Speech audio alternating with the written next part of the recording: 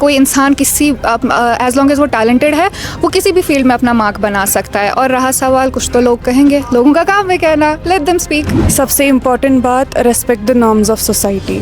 बड़ों की इज़्ज़त करना बहुत अहम है। और यहाँ पर जो हम देख रहे हैं हर दिन बहुत ही बुरी चीज़ें हो रही है, हर दिन हर जगह पर, आप कहीं पर भी जाइए। So moral development, I guess morals पे जितना ज़्यादा हम काम करेंगे उतना ज़्यादा हम सब के लिए बेहतर रहेगा। अपॉर्चुनिटीज़ हमारे पास बहुत ज़्यादा है, बट उन अपॉर्चुनिटीज़ पे हम लोगों को उड़ना नहीं है। We have to be down to earth. यहाँ पर लोगों के पास कुछ भी छोटी सी अचीवमेंट आ जाए तो बस they think only they are the people, बाकी कोई कुछ नहीं कर रहा है। So stay down to earth and morals पे अपने काम करिए। ये टैलेंट कश्मीरियों में पहले से था, चाहे प्री 2019 की बात हो या पोस्ट 2019 की। अब ये है कि अपॉर्चुनिटी ज़्यादा फ्लाउट हो रही हैं, दैट्स इट। कश्मीरी नौजवानों को सपोर्ट देने के लिए जम्मू कश्मीर इंतज़ामिया अब खड़ी हो चुकी है। और हाल ही दिनों में आपको ये भी पता होगा कि जिस तरीके से जम्मू कश्मीर इंतज़ामिया ने अब उन बच्चों के लिए जिनके अंदर हुनर है, टैलेंट है, दिखाने के लिए अब आप जो है तमाम दुनिया के अंदर अपना टैलेंट दिखा सकते हैं। मेरे साथ दो फ्रेंड्स हैं, एक इर्तिज़ा है, एक मंतशा है। दोनों ने आज जो है लेफ्टिनेंट गवर्नर मनोज सिन्हा के हाथ चक यानी कि अवार्ड लिया है। सबसे पहले आपके बारे में, आप कहाँ से हैं और क्या करते हैं? अस्सलाम वालेकुम, मैं कश्मीर से हूँ, श्रीनगर से। मैं जर्नलिज्म की स्टूडेंट हूँ and I am also working as a reporter. तो हमारी जो शॉर्ट फिल्म थी उसका टाइटल था नया कश्मीर। बेसिकली जितनी भी यहाँ पर टेक्नोलॉजिकल एडवांसमेंट्स हुई थी हमने उन पे एक मूवी बनाई थी। Whether it's smart city bus, हमारा पोलो वे हो गया, घंटाघर हो गया, हमारे गोल्डन कार्ड्स हो गए। तो हमने सारी वो जो एडवांसमेंट्स थी पोस्ट 2019 उन पे एक कल्मिनेटेड मूवी बनाई थी।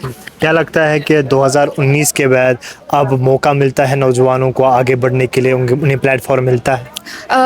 बात ये है कि टैलेंट कश्मीरियों में पहले से था, चाहे प्री 2019 की बात हो या पोस्ट 2019 की। अब ये है कि अपॉर्चुनिटी ज़्यादा फ्लाउट हो रही हैं, दैट्स इट। अच्छा, मंतशा आपसे जानना चाहेंगे कितना वक्त लगा ये वेब सीरीज़ बनाने में, कितना वक्त लगा कि क्या क्या इसमें ढूंढना पड़ा, क्योंकि ये बहुत मुश्किल होता है, आसान सा कोई काम नहीं। When we came to know about it तब बस 10 दिन बचे थे। उन 10 दिनों में भी 3-5 डेज प्राइम मिनिस्टर के विज़िट के थे। हम डीसी ऑफिस गए, हर हॉस्पिटल गए, हमें अपनी स्टोरी का पूरा ट्रैक ही चेंज करना पड़ा बिकॉज हमें परमिशंस नहीं मिली। वी कुडंट शूट, इवन हमारे पास पूरे लेटर्स वगैरह सब कुछ डॉक्यूमेंट्स बराबर थे, still we couldn't shoot. So literally speaking it was just 4 days। We got just 4 days to do it, edit करना, शूट करना, सब कुछ।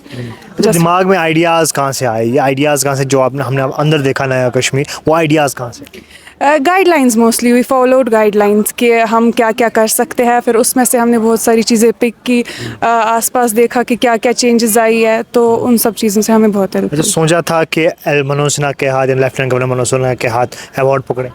जी बिल्कुल, वी वर एक्सपेक्टिंग मोर। हाँ, हमने सोचा था इसमें। सोचा था जी ज़रूर सोचा। अच्छा, इर्तिज़ा आपसे जानना चाहेंगे कि कश्मीर के अंदर बहुत सारे उन्हें जो है अभी भी यूट्यूब के अंदर अपनी जो हुनर है वो दिखा रहे हैं।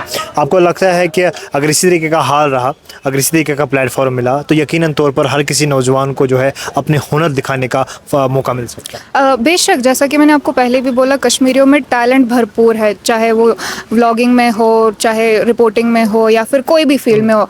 एज लॉन्ग एज हमें अपॉर्चुनिटीज़ और प्लेटफॉर्म्स मिल रहे हैं, रिकग्निशन मिल रहा है, of course we can make it. अक्सर आपके वीडियोस भी हम देखते हैं, जब भी आप रिपोर्टिंग करते हैं बाहर, हम वीडियोस, आपने बहुत सारे वीडियोस हमने जो है आपके देखे हैं। आपको वक्त कैसा लगा, एक तो एक तरफ से जर्नलिज्म और दूसरी तरफ से ये नए कश्मीर की तस्वीरें को दिखाने? वेल बेसिकली पूरा जो स्टोरी लाइन था वो, I live in Kashmir, I live in Srinagar, तो ये रोज़मर्रा के मेरे एक्सपीरियंसेस है। आई रिपोर्ट ऑन वेरियस थिंग्स, मैं सिटी बीट भी संभालती हूँ, मैं डेवलपमेंटल जर्नलिज्म करती हूँ। तो ये सारा कल्मिनेट होकर स्टोरी आइडियाज़ आ ही गए, क्योंकि मैं इन सब चीज़ों को, इन चेंजेस को जी रही हूँ ऑन अ डेली बेसिस, तो it was very easy for us to do it. एक इम्पोर्टेंट आखिरी सवाल जानना चाहूँगा, आप भी कश्मीर की बेटी हो, आपको पता होगा कि कश्मीर के अंदर अगर कोई भी लड़की निकलती है किसी भी अपना हुनर दिखाने के लिए या कोई काम करने के लिए, तो पीछे से कोई ना कोई ताने मिल जाते हैं।